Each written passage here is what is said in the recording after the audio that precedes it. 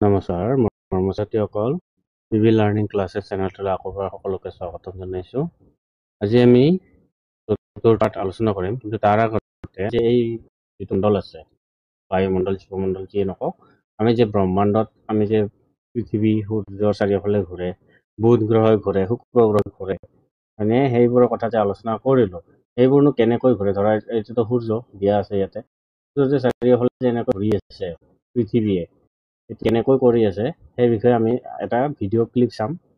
ধৰা অলপমানৰ কাৰণে ভিডিঅ' এটা চাম, তাৰপিছত তাতে আমি আলোচনা কৰিম এইটো কি হয় মানে। ঠিক আছে,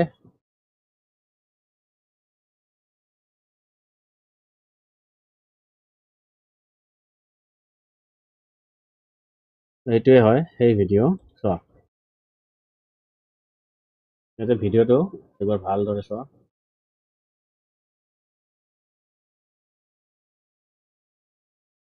ঠিক আছে, এইবাৰ চোৱা আৰু একবাৰ সৰু কৰি দিছোঁ বাৰু, মানে এইটো চোৱা, এই যে বগা বগা চিনবোৰ দেখা পাই আছা, এই চিনবোৰ, এইবোৰ হ'ল এই বগা বগা চিনবোৰ, এইবোৰ হ'ল ৰাস্তা, গ্ৰহবোৰ ঘূৰা ৰাস্তা।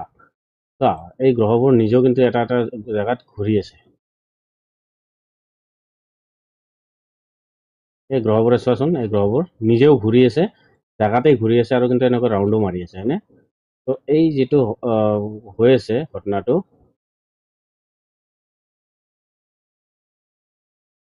এই যিটো ঘটনাটো হৈ আছে, এইটোকেই আমি দুটা ৰাস্তা আলোচনা কৰিছিলোঁ, হয়নে নহয়?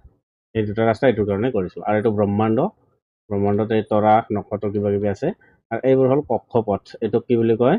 কক্ষপথ। এইটো কক্ষপথ। সূৰ্য জেগাতে থাকিব, এইটো সূৰ্য। আশা কৰোঁ সকলোৱে ধৰিব পাৰিছে, ৰ'ব সূৰ্য, চান। বাকী এইবোৰ হ'ল কক্ষপথ, এইবোৰ কক্ষপথ। এইটো পৃথিৱী এইটো নহয়, চৰি, এইটো পৃথিৱী। ইয়াতে এটা চন্দ্ৰমা আছে, ইয়াতে বুধ, শুক্ৰ, তাৰপিছত পৃথিৱী হৈ গ'ল। তাৰপিছত কি আছিলে? মংগল, হয়নে নহয়?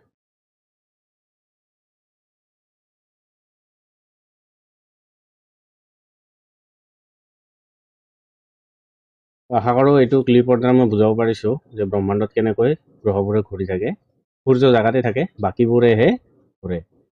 ঠিক আছে, এইখিনিলৈকে হৈ গ'ল। তাৰপিছত আমি আহোঁ এতিয়া, সূৰ্য চাৰিওফালে ঘূৰা কাম চেচ। এতিয়া আমি আহোঁ 4 নম্বৰ পাৰ্ট। 4 নম্বৰ পাৰ্ট আছিলে পৃথিৱীৰ মণ্ডলসমূহ। পৃথিৱীৰ মণ্ডল কেইটা আছে? 4টা আছে। পৃথিৱীত মণ্ডল কেইটা? 4টা। এই 4টা মণ্ডলৰ বিষয়ে আমি ইয়াতে আলোচনা কৰিম।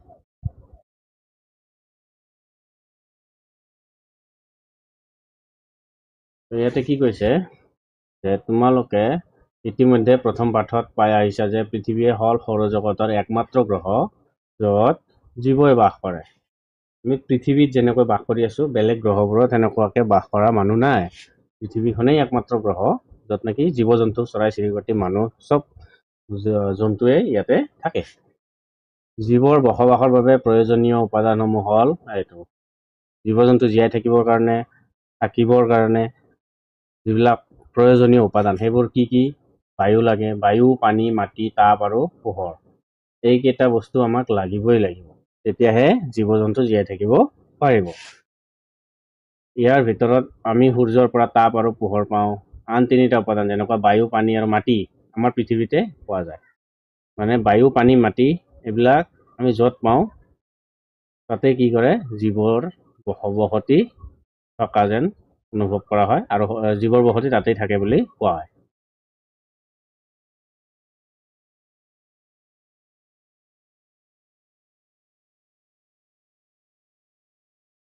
এইখিনিলৈকে হৈছে।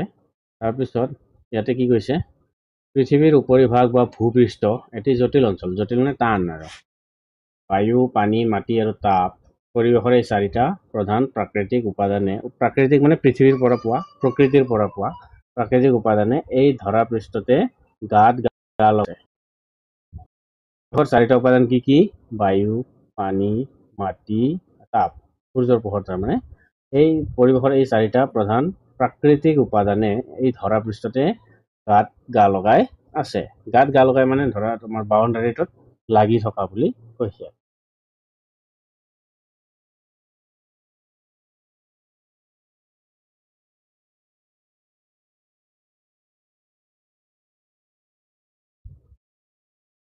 টেবলেটত অলপ গণ্ডগোল হৈছে নেকি?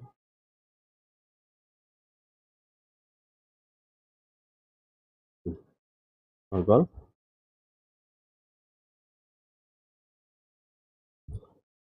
তাৰপিছত কি কৈছে যে ভূপৃষ্ঠক স্থলভাগ আৰু জলভাগ হিচাপে দুটা প্ৰধান ভাগত ভাগ কৰিব পাৰি। মাটিত কি থাকে? পানী আৰু মাটি, সেইটোৱে কৈছে। স্থলভাগ মাটি, জলভাগ পানী, সেইটোৰ কথা কৈছে। এতিয়া সকলোৱে গম পাইছে স্থলভাগ আৰু জলভাগ কাক কয়? পৃথিৱীৰ উপৰিভাগৰ কঠিন অংশ য'ত আমি বাস কৰোঁ তাকে স্থলভাগ বা স্থলমণ্ডল বোলা হয়। স্থলভাগ কাক কয়? য'ত নেকি জীৱ জন্তু বাস কৰে বা আমি বাস কৰা কঠিন ঠাই যিটো, সেইটো টান, কঠিন মানে টান। পৃথিৱীৰ উপৰিভাগৰ এই অংশটো শিল, মাটি, বোকা আদি তুলনামূলকভাৱে কঠিন উপাদানেৰে গঠিত। শিল, মাটি, বোকা, এই তিনিটা বস্তু, শিল, মাটি, বোকা তুলনামূলকভাৱে কঠিন পদাৰ্থৰে গঠিত। মিলিকে হৈছে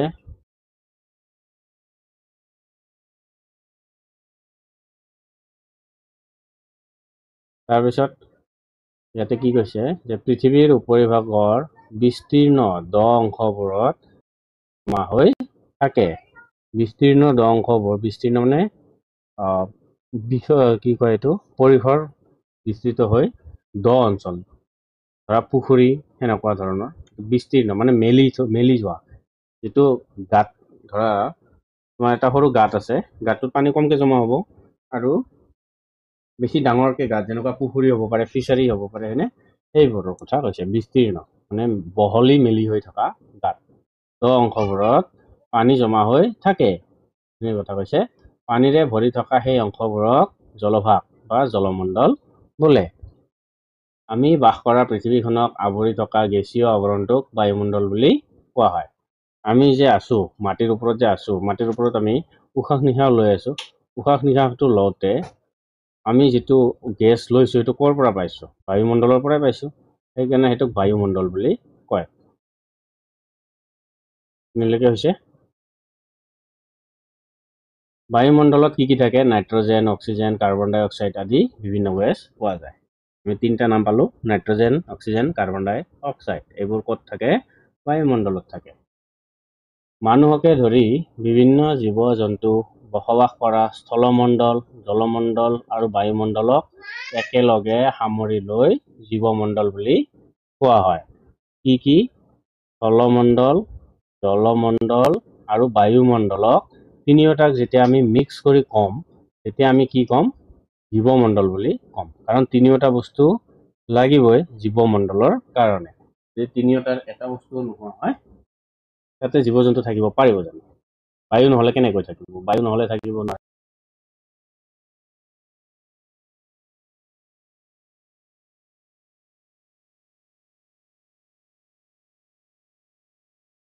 এতিয়া স্থলভাগ বা স্থলমণ্ডল, স্থলভাগ বা স্থলমণ্ডলত কি কি আছে আমি সেইটো বিষয়ে চাওঁ। স্থলভাগ বা স্থলমণ্ডল, হয়নে? পৃথিৱীৰ উপৰিভাগৰ গোটা বা কঠিন অংশকে স্থলভাগ বোলা হয়। এইটো আমি ক'লোৱে অলপ আগতে, মাটি টাইপ হ'ব পাৰে, তাতে বোকা, শিল, বালি সেইবিলাক থাকি হয়। পৃথিৱীৰ খোলাটোত থকা বিভিন্ন প্ৰকাৰৰ শিলা আৰু জীৱৰ জীৱন ধাৰণৰ বাবে প্ৰয়োজনীয় খাদ্যদ্ৰব্য যোগান ধৰা মাটিৰ তৰপ বা স্তৰটোৰে এই অংশ গঠিত। পৃথিৱীৰ খোলাটোত মানে ধৰা এইটো মই বাউণ্ডাৰী দিলো, এই খোলাটোৰ কথা কৈছে, এইটো কথা কৈছে। খোলাটোত থকা বিভিন্ন প্ৰকাৰৰ শিলা আৰু জীৱৰ মানে প্ৰাণীবোৰৰ জীৱন ধাৰণৰ বাবে, জীৱন ধাৰণৰ মানে জীয়াই থাকিবৰ বাবে প্ৰয়োজনীয় খাদ্য দ্ৰব্য যোগান ধৰা মাটিৰ তৰপ বা স্তৰটোৰে এই অংশটো গঠিত। কোনটো অংশ? স্থলভাগ, স্থলভাগটো গঠিত। স্থলভাগৰ একো একোটা বৃহৎ খণ্ডক মহাদেশ, আনহাতে বিশাল পানীভাগৰ একো একোটা বৃহৎ খণ্ডক মহাসাগৰ বুলি কোৱা হয়। এতিয়া যদি সোধা হয় মহাদেশ কাক বোলে, সেইটো প্ৰশ্নৰ উত্তৰ কি হ'ব? সেইটো প্ৰশ্নৰ উত্তৰ হ'ব যে স্থলভাগৰ একো একোটা বৃহৎ খণ্ডক মহাদেশ বুলি কোৱা হয়। মহাদেশ কোনবোৰ কয়? এইটো স্থলভাগৰ একো একোটা বৃহৎ খণ্ডক মহাদেশ বুলি কোৱা হয়। আৰু বিশাল পানীভাগৰ একো একোটা বৃহৎ খণ্ডক মহাসাগৰ বুলি কোৱা হয়। মহাসাগৰ অচিয়ান বুলি কয়, মহাদেশক কণ্টিনেণ্ট বুলি কোৱা হয়। এইখিনিলৈকে ক্লিয়াৰ হৈছে সকলোৰে? পৃথিৱীৰ আটাইকেইখন মহাসাগৰ ইখনৰ লগত সিখন সংলগ্ন হৈ আছে। আটাইকেইখন মহাসাগৰ সংলগ্ন হৈ আছে। আমি যদি চাওঁ এইটোতো পানীয়ে, এইখিনি পানী, এইখিনি মাটি, এনে এইখিনি মাটি, ঠিক আছে, এইখিনি মাটি, এইখিনি কি হৈ আছে, জোৰা লাগি আছে, চোৱাচোন জোৰা লাগি আছে এইখিনি, হয়নে? এইখিনি জোৰা লাগি আছে, একেলগত জোৰা লাগি আছে। ভাৰত ক'ত আছে? এইখিনিত ভাৰত আছে আমাৰ, ঠিক আছে, এইখিনি ভাৰত, এতিয়া চীন, তাৰপিছত ৰাছিয়া, এনেকুৱা আছে, ঠিক আছে, এই অষ্ট্ৰেলিয়া, এনেকুৱা লিখি দিয়া আছে। এইটো এইবিলাক মাটিবোৰ কি হয়, জোৰা লাগি থকা হয়। ইয়াতে জোৰাহে লাগি আছে বস্তুবোৰ। এইখিনিলৈকেতো ক্লিয়াৰ হ'ল সকলোৰে। কথাটো সেইটোৱে কৈছে যে পৃথিৱীৰ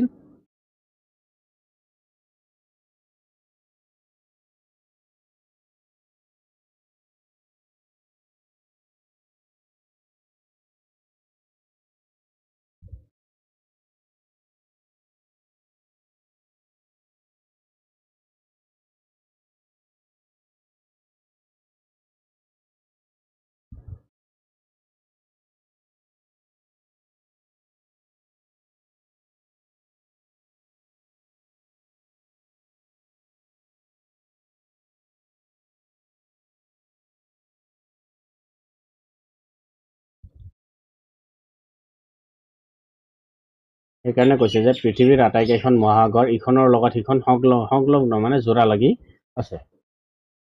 মানচিত্ৰ সময় অথবা গোলকে ভালদৰে চোৱাচোন, এইটো দেখুৱাই দিলো। মহাসাগৰবোৰ সংলগ্ন হৈ থকা নাইনে? মহাসাগৰবোৰো সংলগ্ন হৈ আছে, চোৱাচোন পানী, হয়নে নহয়? এইবিলাকতো পানীয়ে হয়, পানী জহাই জহাই গৈ আছে, একদম পুৰা মিক্স হৈ আছে। অকল মাটিখিনি বাদ দিলে বাকীখিনি কি হৈ আছে, পানী। হল এইখিনিলৈকে।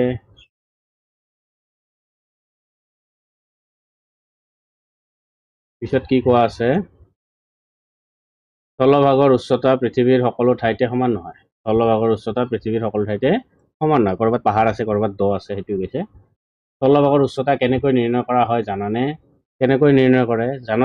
নাজানো, হয়নে নহয়? আমি এতিয়া জানিম যে সাগৰ পৃষ্ঠৰ গড় উচ্চতাৰ পৰা স্থলভাগৰ উচ্চতা নিৰ্ণয় কৰা হয়। নিৰ্ণয় কেনেকৈ কৰা হয়? ইয়াতে এইটো প্ৰশ্ন, তাৰে উত্তৰটো কি কোৱা আছে? প্ৰশ্নটো কৈছে কি, স্থলভাগৰ উচ্চতা কেনেকৈ নিৰ্ণয় কৰা হয়? এইটো বাদ দি যদি ইয়াতে প্ৰশ্নবোধক চিন দিয়া হয়, উত্তৰ কি হ'ব? সাগৰ পৃষ্ঠৰ গড় উচ্চতাৰ পৰা স্থলভাগৰ উচ্চতা নিৰ্ণয় কৰা, এইখিনি হ'ব উত্তৰ। তোমালোকে নিশ্চয় জানা যে পৃথিৱীৰ উচ্চতম পৰ্বত শৃংগ মাউণ্ট এভাৰেষ্ট। তাৰ উচ্চতা কিমান? ৮,৮৪৮ মিটাৰ। ইমান ওখ তাৰমানে। শৃংগটোৰ এই উচ্চতা সাগৰ পৃষ্ঠৰ তুলনাত নিৰ্ণয় কৰা হৈছে। এইটো জুখিব গৈছে জানো? জুখিব যোৱা নাই। কেনেকৈ জুখিছে? সাগৰ পৃষ্ঠৰ তুলনাত, ঠিক আছে, সেনেকৈয়ে জোখা হয় বাকীবোৰো।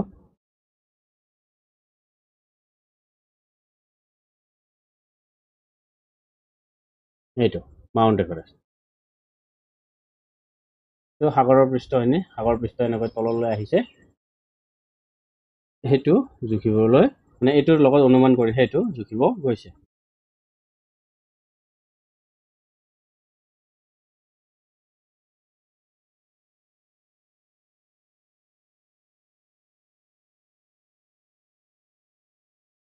প্ৰশান্ত মহাসাগৰৰ বুকুত থকা মেৰিয়ানা খাতৰ গভীৰতা 11,022 মিটাৰ। এই যে স্থলভাগত থকা আটাইতকৈ উচ্চ অংশ মাউণ্ট এভাৰেষ্টতকৈ জলভাগৰ বুকুত থকা আটাইতকৈ গভীৰ অংশ মেৰিয়ানা খাতৰ জোখ বেছি। এই কথাটো তোমালোকে বাৰু অনুমান কৰিব পাৰিছানে? 4.2 এই চিত্ৰটো চাই অনুমান কৰিব দিছে। তাৰমানে কি কৈছে, মেৰিয়ানা খাত মানে কি, তলৰ ফালে যোৱা দটো কিমান আছে? 11,022 মিটাৰ। ইয়াতে দিয়া আছে 11,022 মিটাৰ, এই দটো 11,022 মিটাৰ। আৰু ইয়াৰ পৰা যদি আমি ধৰো ওপৰৰ ফালে এইখিনি আছে 8,848 মিটাৰ। সেইটোৱে কৈছে যে গভীৰতাৰ পৰা সাগৰ পৃষ্ঠৰ পৰা জোখা হয় উচ্চতাখিনি। এতিয়া মাউণ্ট এভাৰেষ্টৰ উচ্চতম বিন্দু আৰু মেৰিয়ানা খাতৰ নিম্নতম বিন্দুৰ মাজত উচ্চতা আৰু নিম্নতাৰ পাৰ্থক্য, অৰ্থাৎ পৃথিৱীৰ খলা বমৰ পাৰ্থক্য কিমান হ'ব? কাষৰ চিত্ৰখনৰ আধাৰত গণনা কৰি উলিওৱা। মণ্ডলসমূহৰ নাম লিখিব দিছে। পৃথিৱীৰ জলমণ্ডল, স্থলমণ্ডল, বায়ুমণ্ডল, গোটেইখিনি মিলি কি হ'ব? জীৱমণ্ডল। এইখিনিয়েতো হ'ব ইয়াতে।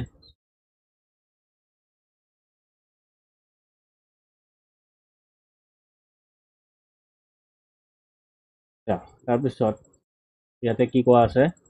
মহাদেশ।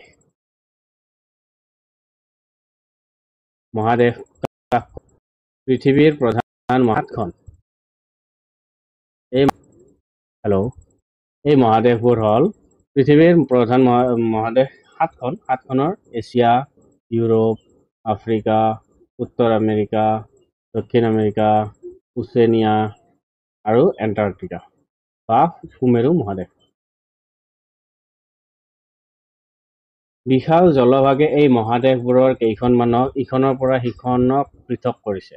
ইখনৰ পৰা সিখনক পৃথক কোনে কৰিছে? জলভাগে। সেই যে মহাসাগৰবোৰ আছে, পানীৰে ভৰি আছে, হয়নে? সেইবোৰে কি কৰিছে? পৃথক কৰি দিছে। এইটোত চোৱা। এই যে মহাদেশবোৰ আছে, এই যে মাটিৰে আছে, এইবোৰ মহাদেশ, এইবোৰ হা, এইবোৰ মহাদেশ, এইবোৰ মাটি মহাদেশ। ইয়াতেতো বগা বগা মানে বৰফ এইখিনি। তো পানীয়ে এইফালে পানী, এইটো তুমি কেনেকৈ আহিবা? এইখিনি ইয়াতহে দেখাত অলপমান সাগৰ পাৰ হ'ব পাৰিবা জানো? নোৱাৰো। তো ইয়াতে এইখিনি, ইয়াৰ পৰা এইখিনি, ঠিক আছে? এইখিনি মানে কি কৰিছে? পানীয়ে সিহঁতক পৃথক কৰিছে, বেলেগ বেলেগ কৰি দিছে। পানীৰ কাৰণে অলপ অসুবিধা, তাৰ কাৰণে আমি পানী জাহাজ বা কিবা সেনেকুৱা ধৰণৰ বস্তুৰে যাব লাগে।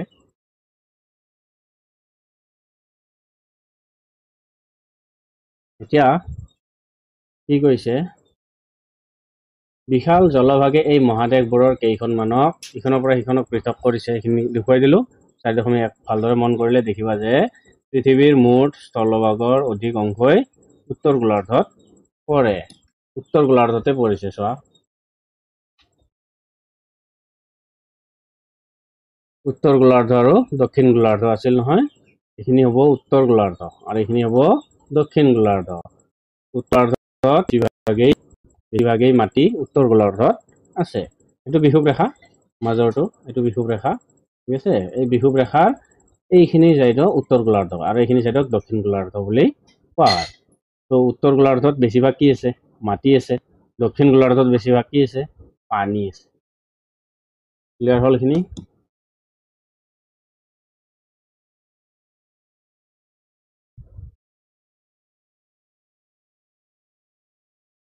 আটাইতকৈ ডাঙৰ মহাদেশখন হ'ল, এতিয়া যদি সোধে আমাৰ পৃথিৱীৰ ভিতৰত আটাইতকৈ ডাঙৰ মহাদেশ কোনখন? এছিয়া মহাদেশ। আটাইতকৈ ডাঙৰ মহাদেশখন হ'ল এছিয়া। পৃথিৱীৰ মুঠ মাটিভাগৰ 1/3 অংশ এই মহাদেশখনতেই আছে, মানে 1/3। যদি আমি তিনিটা টুকুৰা কৰোঁ, এটা টুকুৰা এছিয়া মহাদেশত আছে, বাকী দুটা বাকীকেইটাৰ লগত আছে। সেইটো কথা ইয়াতে কৈছে। এইখিনিলৈকে ক্লিয়াৰ হৈছে?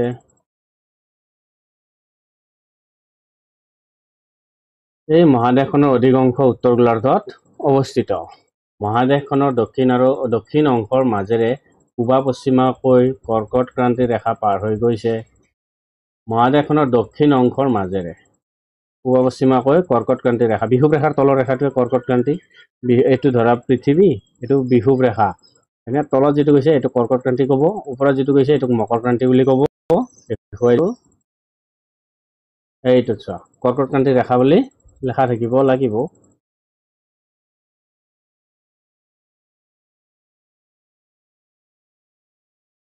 আচ্ছা, মোৰ উল্টা হৈছিলে। কৰ্কট ক্ৰান্তি ওপৰৰ ফালে থাকে, মকৰ ক্ৰান্তি এইটো বিষুৱ ৰেখা, হ'ব ৰেখা মাজত থকাটো, ওপৰতো হ'ব কৰ্কট ক্ৰান্তি, তলৰটো হ'ব মকৰ ক্ৰান্তি।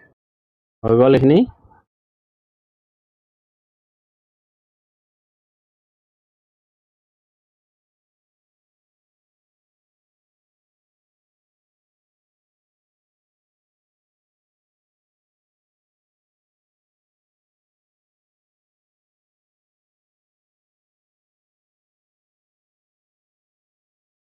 কি কৈছে? মহাদেশখনৰ দক্ষিণ অংশৰ মাজেৰে পূবা পশ্চিমাকৈ কৰ্কট ক্ৰান্তি ৰেখা পাৰ হৈ গৈছে।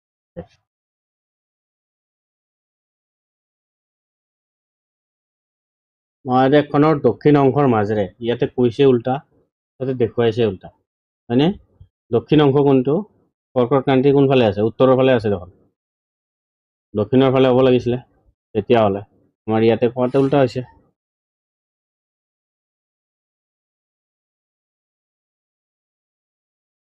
এই মহাদেশতে থকা আমাৰ দেশ ভাৰতৰ উত্তৰে হিমালয় পৰ্বতমালা অৱস্থিত। আমাৰ ভাৰতৰ উত্তৰ চাইডত কি আছে?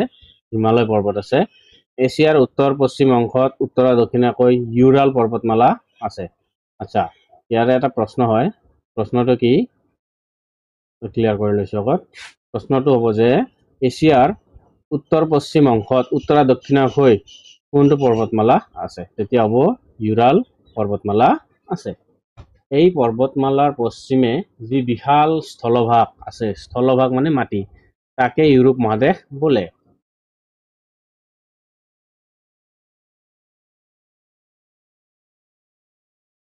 এছিয়াৰ উত্তৰ পশ্চিম অংশ ইউৰোপ মহাদেশ, ইউৰাল পৰ্বতমালা। এইটো চোৱা, এইটো হ'ল এছিয়া, এইটো ইউৰাল পৰ্বতমালা, এইটো ইউৰোপ। এছিয়াৰ উত্তৰ আৰু পশ্চিম, উত্তৰ আৰু পশ্চিমতেতো আছে ইউৰাল পৰ্বতমালা। ইউৰাল পৰ্বতমালাৰ যিটো পানী ইয়াতে ওচৰত, তাৰে ওচৰতে কি আছে? ইউৰোপ।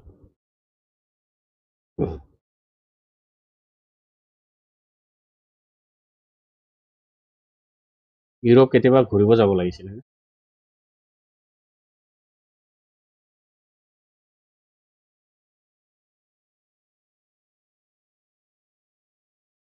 এতিয়া গম পালো আমি যে এই পৰ্বতমালাৰ পশ্চিমে যি বিশাল স্থলভাগ আছে তাকে ইউৰোপ মহাদেশ বোলে। এই পৰ্বতমালাই মহাদেশ দুখন পৃথক কৰিছে। মহাদেশ দুখন পৃথক কৰিছে। ইউৰোপ মহাদেশখন এছিয়া মহাদেশতকৈ ভালেখিনি সৰু। মানে এছিয়া মহাদেশটো ডাঙৰ, ইউৰোপটো তাতকৈ সৰু। এই মহাদেশখন এছিয়া মহাদেশৰ পশ্চিমে অৱস্থিত। মহাদেশখনৰ উত্তৰ অংশৰ মাজেৰে, আচ্ছা এইখিনি ক্লিয়াৰ কৰি লওঁ আগত, নহ'লে আকৌ এটা অসুবিধা হ'ব যে ক'ত আছে বস্তুটো, হয়নে? চোৱা, আমাক ইয়াতে কি কৈছে যে এছিয়া মহাদেশৰ পশ্চিমে অৱস্থিত কোন আছে? ইউৰোপ মহাদেশ। মহাদেশখনৰ উত্তৰ অংশৰ মাজেৰে পূব পশ্চিমকৈ সুমেৰু বৃত্তত পাৰ হৈ গৈছে। আচ্ছা, আমি বেলেগ লাইনত পঢ়ি আছো। এইটো এই পৰ্বতমালাৰ পশ্চিমে যি বিশাল স্থলভাগ আছে তাকে ইউৰোপ মহাদেশ বোলে। এইখিনি হ'ল এই পৰ্বতমালাই মহাদেশ দুখন পৃথক কৰিছে। পৃথক মানে বেলেগ কৰিছে, দুখন মহাদেশ বেলেগ কৰিছে। চোৱা, এইটো মহাদেশ বেলেগ কৰা আছে ন, এইটো এটা হ'ল মহাদেশ দুখনক বেলেগ কৰিছে।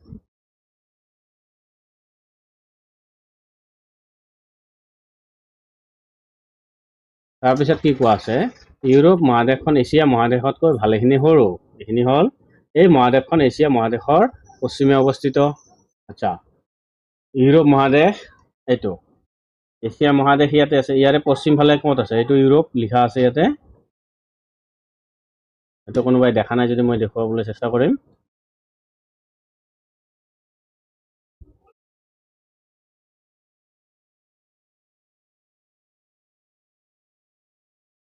এইটো ইউৰোপ লিখা আছে,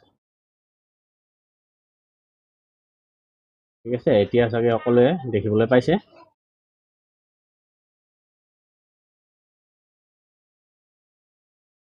মহাদেশখনৰ উত্তৰ অংশৰ, এইটো চোৱা, মহাদেশখনৰ উত্তৰ অংশৰ মাজেৰে পূব পশ্চিমাকৈ সুমেৰু বৃত্ত পাৰ হৈ গৈছে। সুমেৰু বৃত্ত, এই মহাদেশ তিনিওফালে পানীৰে আগুৰা। এইটো সুমেৰু বৃত্ত এই মহাদেশৰ মাজেৰে মানে এনেকৈ আহিব, এনেকৈ আহি এইটো এটা গোল হ'ব, সেইটোক কৈছে সুমেৰু বৃত্ত। হৈ গ'ল। আৰু এইটো তিনিওফালে পানীৰে আগুৰা হয়। তিনিওফাল কেনেকৈ? এইটো এটা চাইড, এইটো এটা চাইড আৰু এইটো এটা চাইড। তিনিওফালে কি হয়? এই মহাদেশখন পানীৰে আগুৰি থকা।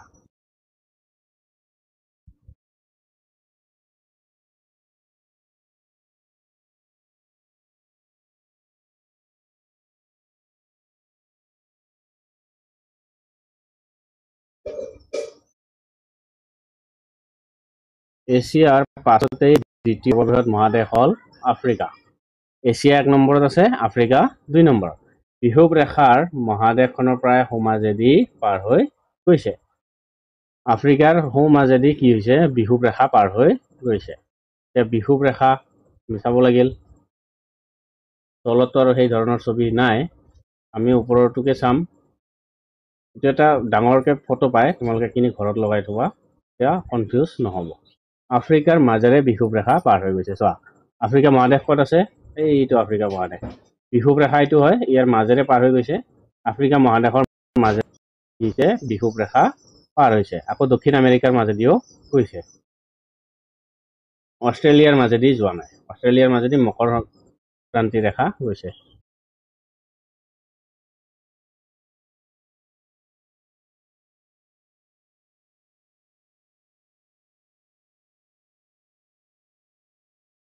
বিষুৱ ৰেখা মহাদেশখনৰ প্ৰায় সোঁমাজেদি পাৰ হৈ গৈছে। এইখিনি হ'ল, গতিকে এই মহাদেশখন উত্তৰ আৰু দক্ষিণ দুয়োটা গোলাৰ্ধতে সমানভাৱে বিস্তৃত হৈ আছে। উত্তৰেও যিমান আছে দক্ষিণেও সিমান আছে। সমাজেদি গ'লে উত্তৰে দক্ষিণে আছে, কিন্তু দক্ষিণ আমেৰিকাৰ মাজেদি গ'লেও দক্ষিণ আমেৰিকাই দক্ষিণ ফালে বেছি আছে।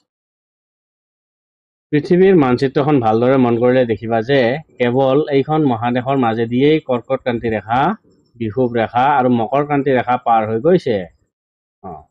আফ্ৰিকাৰ মাজেৰেই গৈছে। কি কৰ্কট ক্ৰান্তি, মকৰ ক্ৰান্তি আৰু বিষুৱ ৰেখা। চোৱাচোন, আফ্ৰিকাৰ মাজেৰেই গৈছে, হয়নে? চাহাৰা মৰুভূমিৰ মাজেৰে এইটো কৰ্কট ক্ৰান্তি, মকৰ ক্ৰান্তি আৰু মাজেৰে বিষুৱ ৰেখা। তিনিওটা ৰেখাই আফ্ৰিকাৰ মাজেৰে পাৰ হৈ গৈছে। তাৰপিছত কি কৈছে যে বিষুৱীয় অঞ্চলত অৱস্থিত হোৱাৰ বাবে আফ্ৰিকা মহাদেশৰ জলবায়ু তুলনামূলকভাৱে অধিক উষ্ণ, বহুত গৰম তাৰমানে। আমাৰ এতিয়া ভাৰতত বা অসমত কিমান গৰম, তাতকৈ বেছি গৰম আছে। পৃথিৱীৰ সৰ্ববৃহৎ উষ্ণ বনভূমি চাহাৰা। চাহাৰা ইমান গৰম, আফ্ৰিকাতে অৱস্থিত। কিন্তু এইটো আফ্ৰিকা মহাদেশক চাৰিওফালে কেইবাখনো সাগৰ মহাসাগৰে আগুৰি আছে। আচ্ছা, সাগৰ মহাসাগৰে আগুৰি আছে চাহাৰা মৰুভূমি বা আফ্ৰিকা। সেইটো চোৱা, আফ্ৰিকা কি হৈছে, পানী, আৰু এইখিনি জেগাত কিন্তু মস্ত গৰম। সেইকাৰণে আফ্ৰিকাৰ মানুহবোৰ কলা কলা হয়, আৰু তাতে পানীৰ প্ৰব্লেম হয়, আৰু গৰম এইটোৰ কাৰণে বেছি।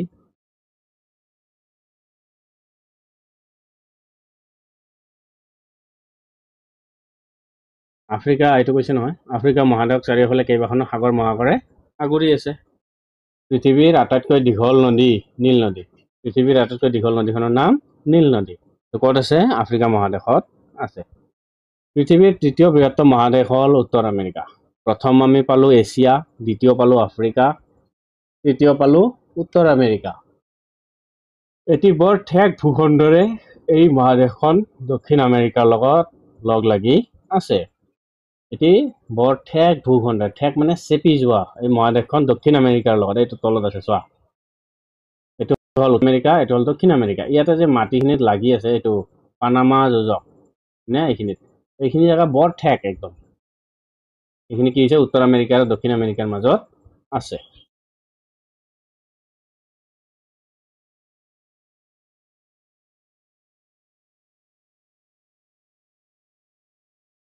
এইখিনিলৈকে হৈ গ'ল।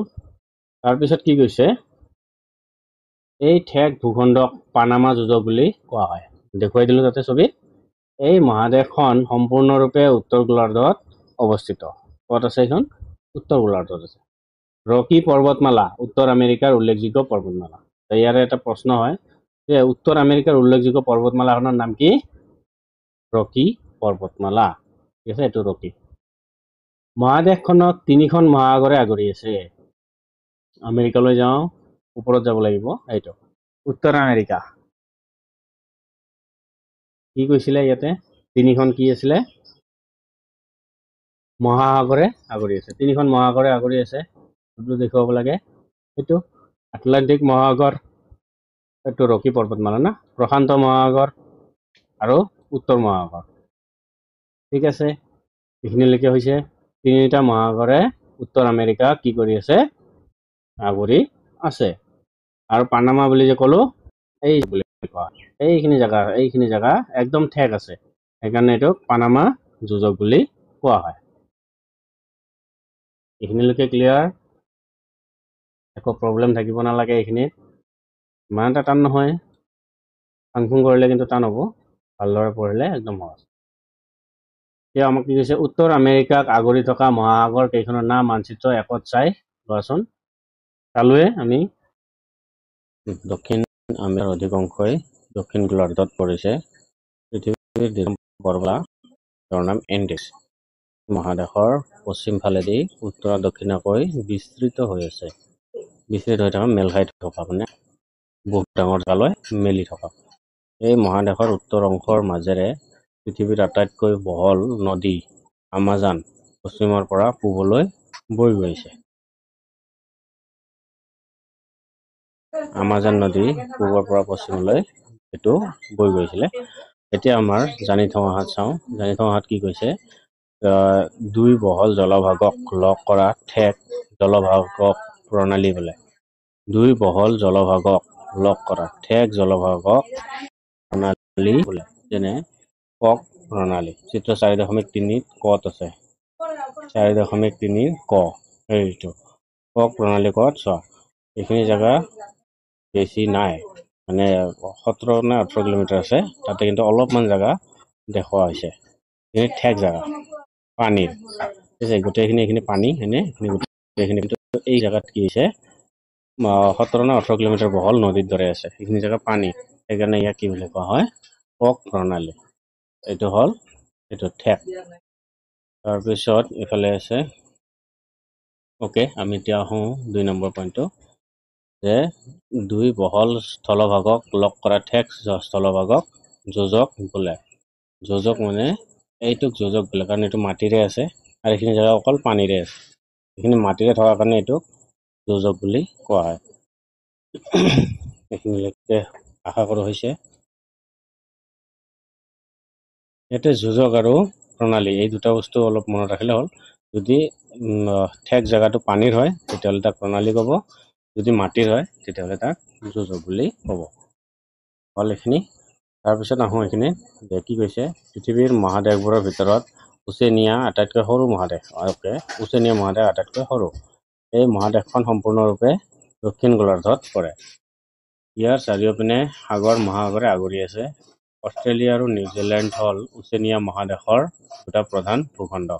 অষ্ট্ৰেলিয়া আৰু নিউজিলেণ্ডেই ওচেনিয়া মহাদেশৰ দুটা প্ৰধান ভূখণ্ড। ভূখণ্ড মানে মাটি। চাৰিওফালে পানীয়ে আগুৰি থকাৰ বাবে ওচেনিয়াৰ ঘাই দ্বীপ অষ্ট্ৰেলিয়াক দ্বীপ মহাদেশ বুলিও কোৱা হয়। ওচেনিয়াৰ ঘাই দ্বীপ কি হয়, অষ্ট্ৰেলিয়াক দ্বীপ মহাদেশ বুলিও কোৱা হয়। সেইকাৰণে এণ্টাৰ্কটিকা বা কুমেৰু মহাদেশ সম্পূৰ্ণৰূপে দক্ষিণ গোলাৰ্ধত অৱস্থিত। এই মহাদেশখনৰ প্ৰায় সমাজতে কুমেৰু বিন্দু পৰিছে। আমি যোৱা ভিডিঅ'বোৰত, যোৱা চেপ্টাৰবোৰত পাইছিলোঁ সুমেৰু আৰু কুমেৰু। যিহেতু এই মহাদেশখন দক্ষিণ মেৰু অঞ্চলত অৱস্থিত, গতিকে ই সদায়ে বৰফেৰে ঢাক খাই থাকে। ইয়াত মানুহৰ কোনো স্থায়ী বসতি নাই। পৃথিৱীৰ বহু দেশে বৰফে ঢকা এই মহাদেশত গৱেষণা কেন্দ্ৰ স্থাপন কৰিছে। এণ্টাৰ্কটিকা বা কুমেৰু মহাদেশত আমাৰ দেশৰো 3টা গৱেষণা কেন্দ্ৰ আহে, ক্ৰমে দক্ষিণ গংগোত্ৰী, মৈত্ৰী আৰু ভাৰতী। গৱেষণা কেন্দ্ৰ 3টাৰ নাম কি? দক্ষিণ গংগোত্ৰী, মৈত্ৰী আৰু ভাৰতী। ইয়াৰে মৈত্ৰী আৰু গংগোত্ৰীহে বৰ্তমান কাৰ্যক্ষম হৈ আছে। কাৰ্যক্ষম হৈ থকা মানে কাম চলি আছে, বাকীটো কাম চলা নাই। কোনটোত কাম চলা নাই? ভাৰতীত। মৈত্ৰী আৰু গংগোত্ৰী কাম চলি আছে, ভাৰতী যিটো আছে সেইটোত কাম চলা নাই।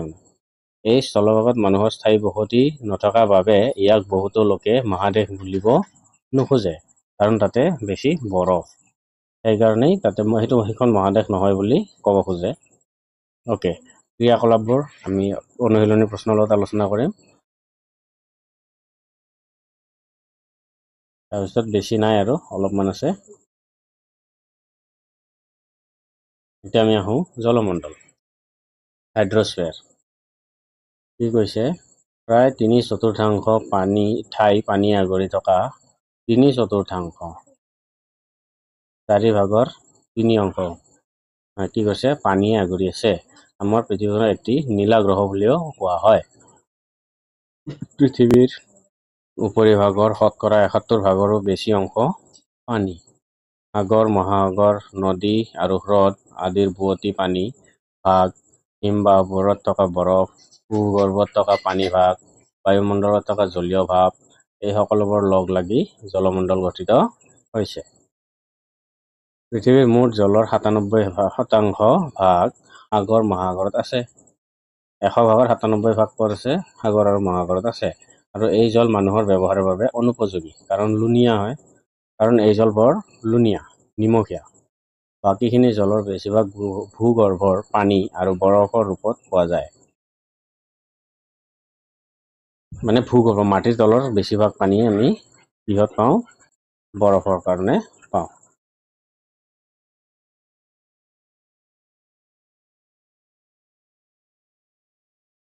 মুঠ পানীৰ এটি সামান্য অংশহে মানুহে ব্যৱহাৰ কৰিব পৰা পৰিষ্কাৰ পানী।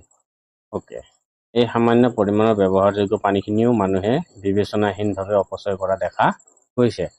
কিতাপতে ভাল লাগে, বাস্তৱত কিন্তু যিসকলে এনেকুৱা কথা কৈ থাকে সেইসকলকে বেছি পানী ব্যৱহাৰ কৰা দেখা যায়। মই বেছিভাগ দেখা পাওঁ এনেকৈ। চৰকাৰে কয় গছ কাটিব নালাগে, কিতাপত কোৱা আছে, কিন্তু চৰকাৰী বিল্ডিং বা অফিচ য'ত বনাব লাগে, পুৰণা গছ য'ত আছে, গছবোৰ কাটি তাতেই বনাই আছে জেগাত, দেখা পাই আছো এইবিলাক। অপচয় কৰে, এইটো আচলতে এইটো আমিও এনেকুৱা কৰিব লাগে, পানীবোৰ নষ্ট কৰিব নালাগে।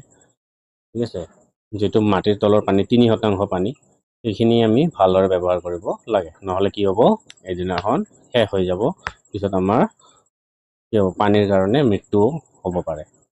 তদুপৰি কল কাৰখানাৰ পৰা নিৰ্গত ৰাসায়নিক পদাৰ্থ, খেতি পথাৰত ব্যৱহাৰ কৰা কীটনাশক দ্ৰব্য, ঘৰুৱা কাম কাজ আদিৰ জৰিয়তে ব্যৱহাৰযোগ্য পানীখিনি প্ৰদূষিত কৰিছোঁ। এইখিনিতো লেতেৰা কৰিছোঁ, প্ৰদূষিত কৰা মানে পানীবোৰ লেতেৰা কৰা। আনহাতে ভূগৰ্ভত সঞ্চিত পানী অত্যাধিক উত্তোলনৰ ফলত ঠায়ে ঠায়ে ভূগৰ্ভৰ পানীৰ নাটনি হ'বলৈ ধৰিছে। মাটিৰ তলৰ পানীৰ অলপ টান হ'ব ধৰিছে, মানে কষ্ট হ'বলৈ ধৰিছে, কমি গৈছে অলৰেডি। এনে কাৰ্য মানৱ জাতিৰ বাবে বিপদজনক নহয়নে? বিপদজনক হয়।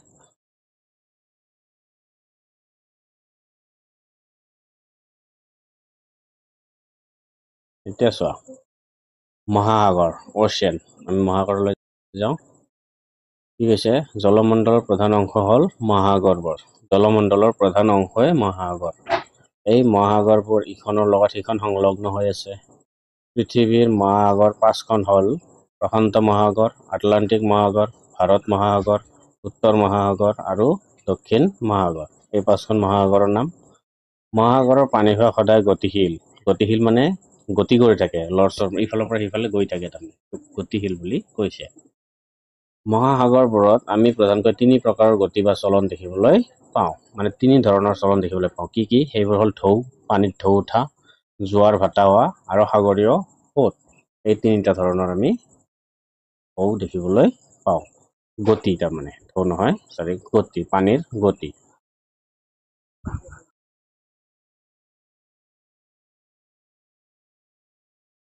কি কৈছে, প্ৰশান্ত মহাসাগৰ পৃথিৱীৰ বৃহত্তম আৰু গভীৰতম মহাসাগৰ। প্ৰশান্ত মহাসাগৰ পৃথিৱীৰ ডাঙৰ আৰু গভীৰ। পৃথিৱীৰ উপৰিভাগৰ 3 ভাগৰ 1 ভাগ ই অধিকাৰ কৰি আছে, মানে 3টা ভাগৰ 1 ভাগ প্ৰশান্ত মহাসাগৰেই লৈছে। এই মহাসাগৰত মেৰিয়ানা খাদ অৱস্থিত। মেৰিয়ানা খাদ অৱস্থিত, অলপ আগতে দেখুৱাইছিলো ভিতৰৰ ফালে। এইটো পৃথিৱীৰ দ্বিতীয় বৃহত্তম মহাসাগৰখন হ'ল আটলান্টিক মহাসাগৰ। এই মহাসাগৰখনৰ আকৃতি প্ৰায় ইংৰাজী এছ আখৰৰ দৰে। ইয়াৰ পশ্চিমত আৰু উত্তৰ আৰু দক্ষিণ আমেৰিকা আৰু পূবত ইউৰোপ আৰু আফ্ৰিকা মহাদেশ আছে। এই মহাসাগৰৰ ভগ্ন উপকূল ৰেখাই প্ৰাকৃতিক বন্দৰ আৰু পোতাশ্ৰয়ৰ বাবে উপযুক্ত সুবিধা প্ৰদান কৰিছে। ব্যৱসায় বাণিজ্যৰ দিশৰ পৰা এই মহাসাগৰখন আটাইতকৈ ব্যস্ত। ভাৰত মহাসাগৰেই একমাত্ৰ মহাসাগৰ যিখন মহাসাগৰৰ নাম এখন দেশৰ নামেৰে ৰখা হৈছে। ওকে, ভাৰত মহাসাগৰখন এখন যিটো মহাসাগৰ হয়, মহাসাগৰ কি কৈছে, এজন মানুহৰ নামেৰে নামাকৰণ কৰা হৈছে তাৰমানে।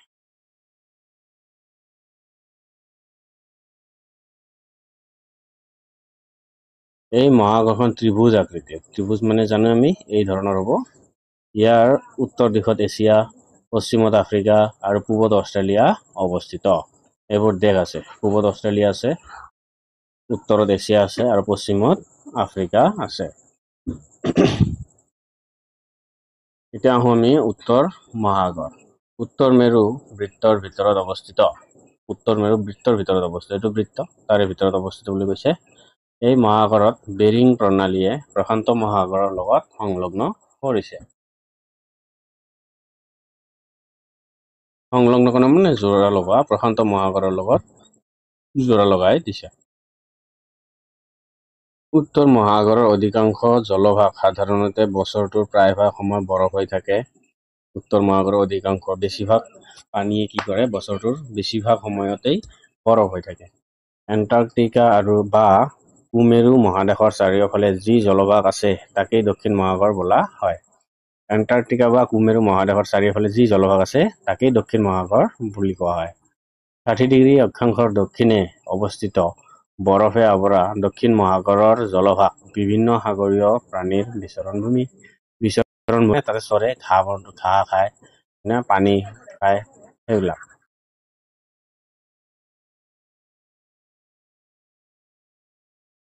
বৰ্তমান উন্নত দেশসমূহৰ গৱেষকসকলৰ বাবে এই মহাসাগৰ গৱেষণাৰ স্থল হৈ পৰিছে। এই মহাসাগৰ তাৰমানে যিবিলাক গৱেষণা কৰে তেওঁলোকে তাতেই বেছিভাগ গৱেষণা কৰিবলৈ যায়।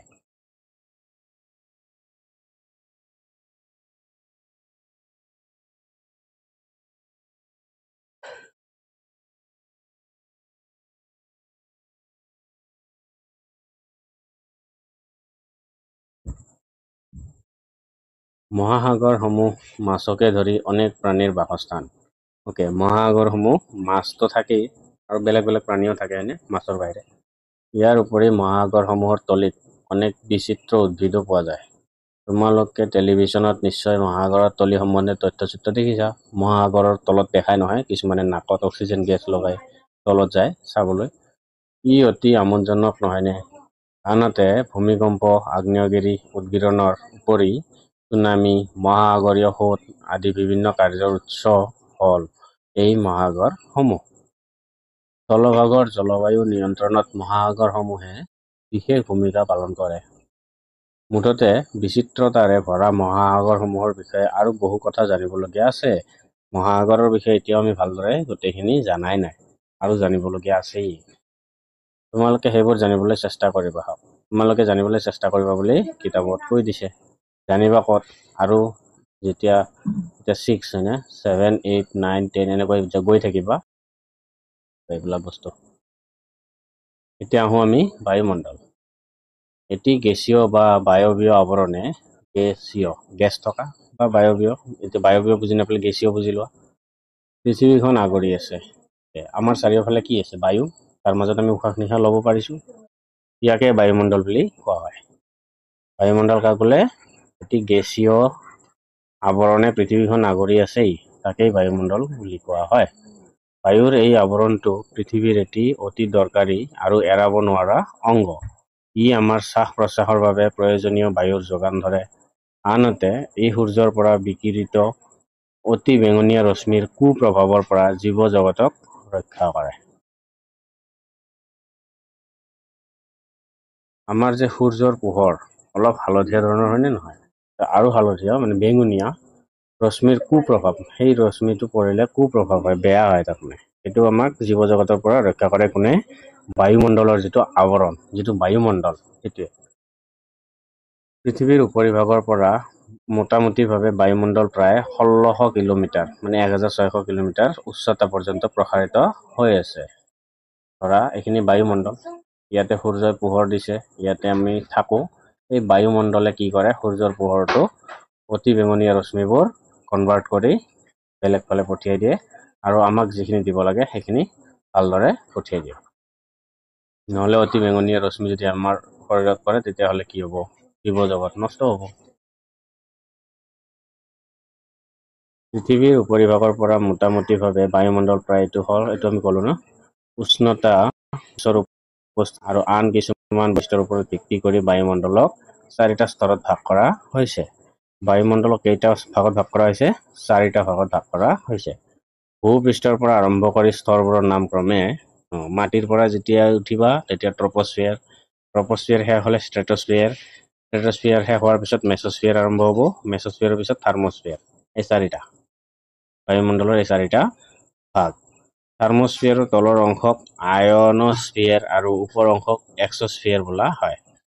থাৰ্মোস্ফিয়াৰৰ ওপৰৰখিনি, থাৰ্মোস্ফিয়াৰটো লাষ্ট হয় না, এইটোৰ পিছত আমি পাম আয়নস্ফিয়াৰ, আয়নস্ফিয়াৰ পাৰ হ'লে এক্সোস্ফিয়াৰ, আমি এইখিনি পাম আৰু এইটো আমাৰ গৱেষকসকলে কৈছে, সেইকাৰণে আমাৰ কিতাপত এই ধৰণে দিছে।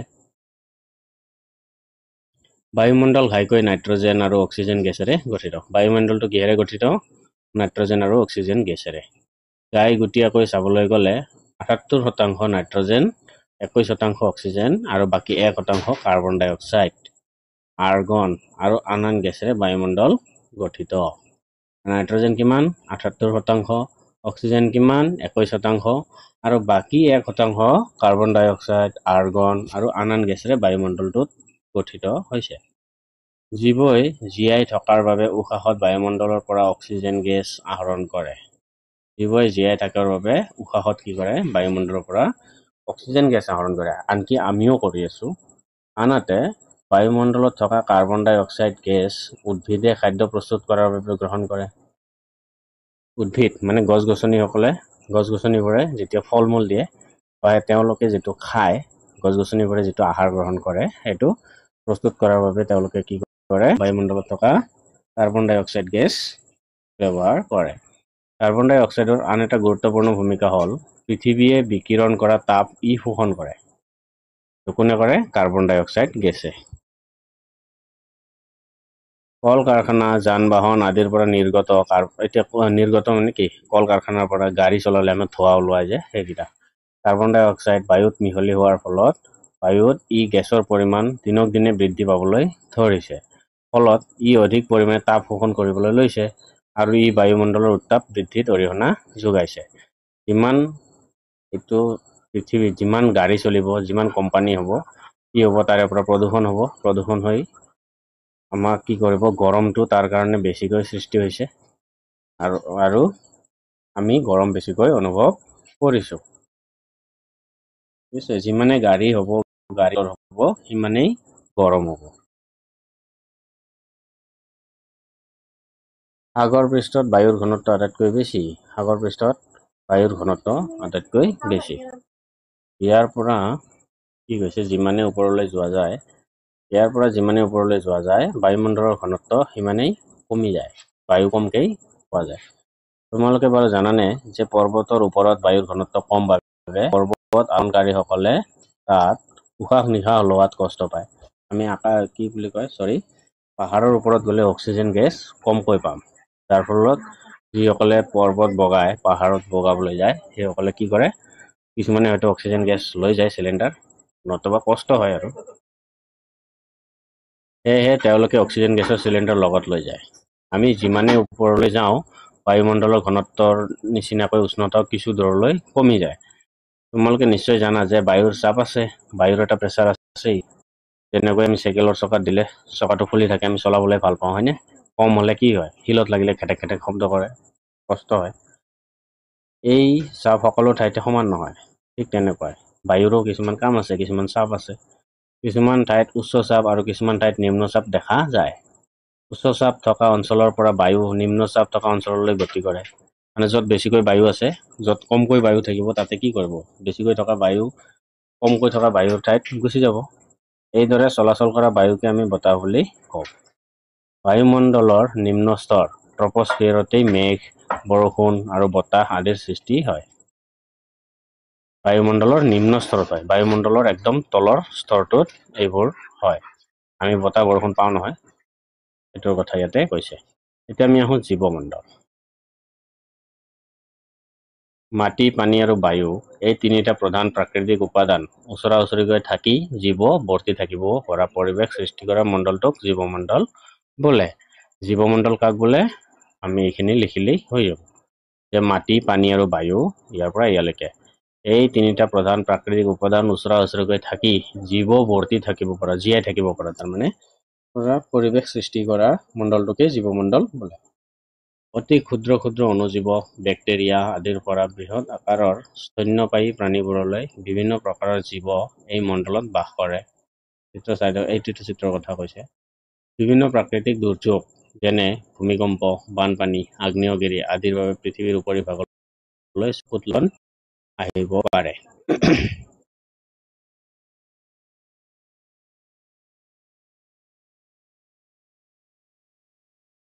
এইটো চোৱা, বায়ুমণ্ডল কি হয়? ওপৰত বায়ু থাকে, হয়নে?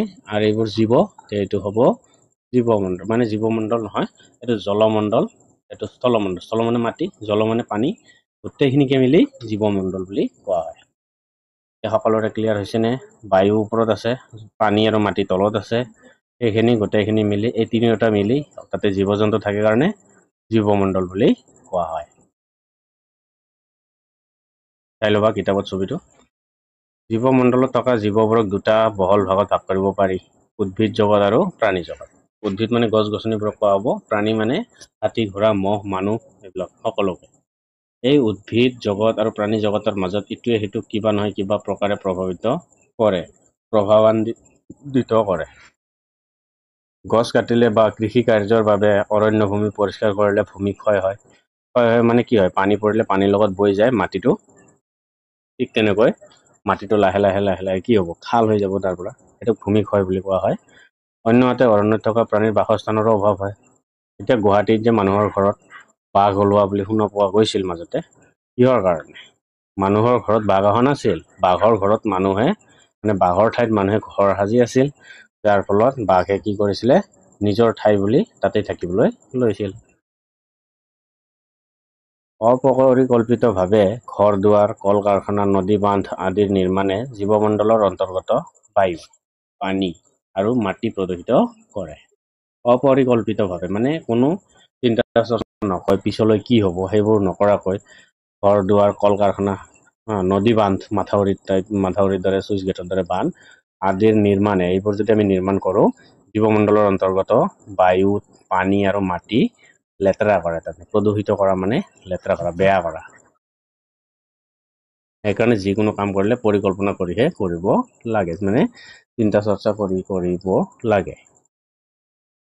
বায়ুৰ এটি গুৰুত্বপূৰ্ণ উপাদান হ'ল কাৰ্বন ডাই অক্সাইড। কিন্তু এইবিধ গেছৰ পৰিমাণ বৃদ্ধিয়ে গোটেই পৃথিৱীতে তাপ বৃদ্ধি কৰে। কাৰ্বন ডাই অক্সাইড গেছ যিমান বাঢ়িব সিমানেই গৰম হ'ব। এনে কাৰ্যৰ ফলত ধৰা পৃষ্ঠত তাপ বৃদ্ধি হোৱাকে গোলকীয় উষ্ণতা বৰ্ধন, গ্ল'বেল ৱাৰ্মিং বুলি কোৱা হয়। গোলকীয় উষ্ণতা বৰ্ধন হ'বই। সকলোৱে জানে গাড়ী মটৰ বেছিকৈ চলালে কি হয়? কাৰ্বন ডাই অক্সাইড গেছ বাঢ়ে, মানে গৰম হয়। কিন্তু সকলোৱে কি, মোৰ টকা আছে মই লৈছোঁ, তাতে তোমাৰ কি, হয়নে নহয়? এনেকুৱা ধৰণৰ কথা আহে, ঠিক আছে? তো যোনে চলাই, যাৰ টকা আছে থাকক, কথা নাই, কিন্তু অলপ চিন্তা চৰ্চা এইফালেও কৰিব লাগে। সেইবাবে পৃথিৱীৰ সম্পদসমূহৰ ব্যৱহাৰৰ ক্ষেত্ৰত আমি সচেতন হ'ব লাগিব। তেতিয়াহে স্থলমণ্ডল, জলমণ্ডল, বায়ুমণ্ডল আৰু জীৱমণ্ডলৰ মাজত ভাৰসাম্য ৰক্ষা হ'ব আৰু পৃথিৱীখন জীৱৰ বসবাসৰ বাবে উপযোগী হৈ থাকিব। এতিয়ালৈকে বুজি পালা এইখিনি সকলোৱে? মনত ৰাখিবলগীয়া কিছুমান কথা। কি কৈছে? পৃথিৱীৰ 4টা মণ্ডল আছে, কি কি? স্থলমণ্ডল, জলমণ্ডল, বায়ুমণ্ডল আৰু জীৱমণ্ডল। কি হৈছে?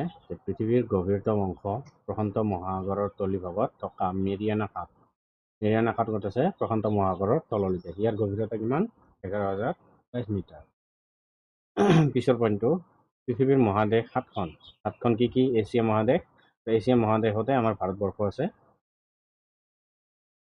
এছিয়া, তাৰপিছত আহিল ইউৰোপ, আফ্ৰিকা, উত্তৰ আমেৰিকা, দক্ষিণ আমেৰিকা, ওচেনিয়া আৰু এণ্টাৰ্কটিকা বা কুমেৰু। নেক্সট পইণ্টটো আছে, আটাইতকৈ ডাঙৰ মহাদেশখন হ'ল এছিয়া মহাদেশ আৰু আটাইতকৈ সৰু মহাদেশখন হ'ল ওচেনিয়া মহাদেশ। প্ৰশ্ন আহিব পাৰে, আটাইতকৈ ডাঙৰ মহাদেশখনৰ নাম কি? এছিয়া, আৰু আটাইতকৈ সৰু মহাদেশখনৰ নাম ওচেনিয়া। তাৰপিছত কি কোৱা আছে? পৃথিৱীৰ উপৰিভাগৰ শতকৰা 71 ভাগৰো অধিক পানী আৰু শতকৰা 29 ভাগতকৈ কম ঠাই মাটিয়ে আগুৰি আছে। মানে 29% মানে শতাংশ মাটি আৰু 71% পানী। বেছিভাগেই পানী আছে, মাটিটো কম ভাগত আছে। পৃথিৱীখনৰ যদি মেপ বা মানচিত্ৰ আমি যদি চাওঁ, বেছিভাগতে আমি পানী দেখা পাওঁ, ঠিক আছে? সেইকাৰণে আমাৰ মাটি যিখিনি আছে সেইখিনি পানীৰ ওপৰতেই আছে, যেনিবা মাজে মাজে আৰু। আচ্ছা, মহাসাগৰ কেইখন? পৃথিৱীৰ মহাসাগৰ কেইখন হ'ল প্ৰশান্ত মহাসাগৰ, আটলান্টিক মহাসাগৰ, ভাৰত মহাসাগৰ, উত্তৰ মহাসাগৰ আৰু দক্ষিণ মহাসাগৰ। উত্তৰ আৰু দক্ষিণ দুটা হৈ গ'ল, প্ৰশান্ত, আটলান্টিক আৰু ভাৰত হৈ গ'ল। 5খন মহাদেশ আছে। পিছতো হৈছে প্ৰশান্ত মহাসাগৰ পৃথিৱীৰ বৃহত্তম আৰু গভীৰতম মহাসাগৰ। প্ৰশান্ত মহাসাগৰ পৃথিৱীৰ আটাইতকৈ ডাঙৰ মহাসাগৰ আৰু গভীৰতম মানে আটাইতকৈ দ, ভিতৰৰ ফালে এনেকুৱা দ আছে, এইটো 11,022 মিটাৰ। এইখিনিলৈকে ক্লিয়াৰ হৈছে সকলোৰে, আশা কৰোঁ হ'ব লাগে।